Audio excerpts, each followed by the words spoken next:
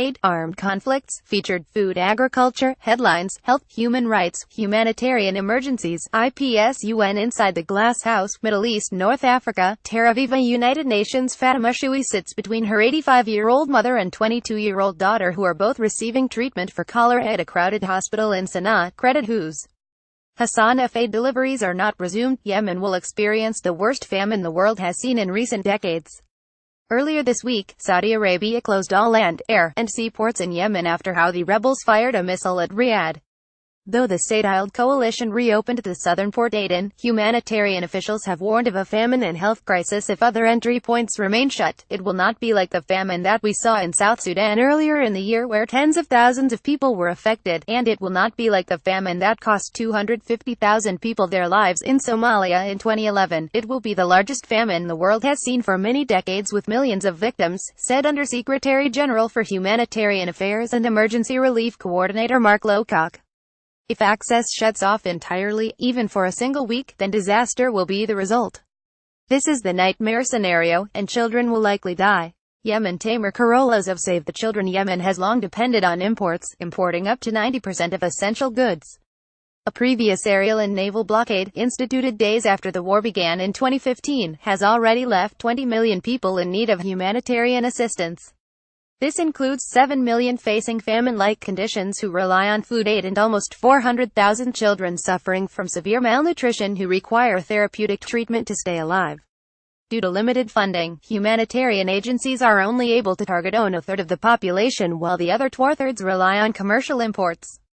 If ports are not reopened, food supplies will be exhausted in 6 weeks. The humanitarian situation in Yemen is extremely fragile and any disruption in the pipeline of critical supplies such as food, fuel, and medicines has the potential to bring millions of people closer to starvation and death, said 18 humanitarian organizations in a joint statement. The continued closure of borders will only bring additional hardship and deprivation with deadly consequences to an entire population suffering from a conflict that it is not of their own making, they added.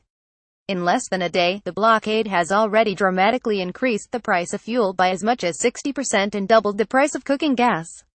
Having recently visited Yemen, Lowcock told journalists of his encounter with 7-year-old Nora who weighed 11 kilograms, the average weight of a 2-year-old.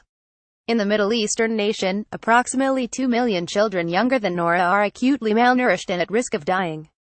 Save the Children's country director for Yemen Tamer Carollas, an organization which released the joint statement, warned of a disaster for children if aid is impeded. It's already been tough enough to get help but if access shuts off entirely, even for a single week, then disaster will be the result.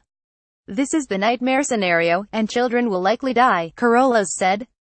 The humanitarian community also warned that the current stock of vaccines in the country will last 1 month.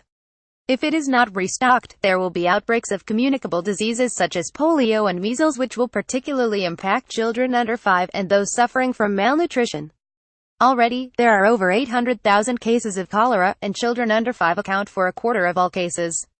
Aid agencies expect that there will be more than 1 million cases, 600,000 of whom will be children, by the end of the year. The spread of the outbreak, which is the largest and fastest-growing epidemic ever recorded, has been exacerbated by hunger and malnutrition. However, the Red Cross reported that its shipment of chlorine tablets needed to combat the cholera epidemic had been blocked, worsening an already dire humanitarian situation. What kills people in famine is infections, because their bodies have consumed themselves, reducing totally the ability to fight off things which a healthy person can, said Lowcock. Lowcock and humanitarian agencies called on the immediate opening of all ports and unhindered humanitarian and commercial access to people in need.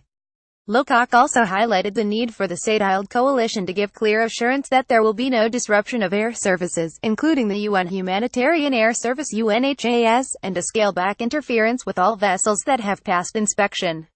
The aid agencies called on an end to the conflict, stating, "We reiterate that humanitarian aid is not the solution to Yemen's humanitarian catastrophe. Only a peace process will halt the horrendous suffering of millions of innocent civilians. More than 10,000 have been killed and over 40,000 injured since the Yemen civil war began almost 3 years ago."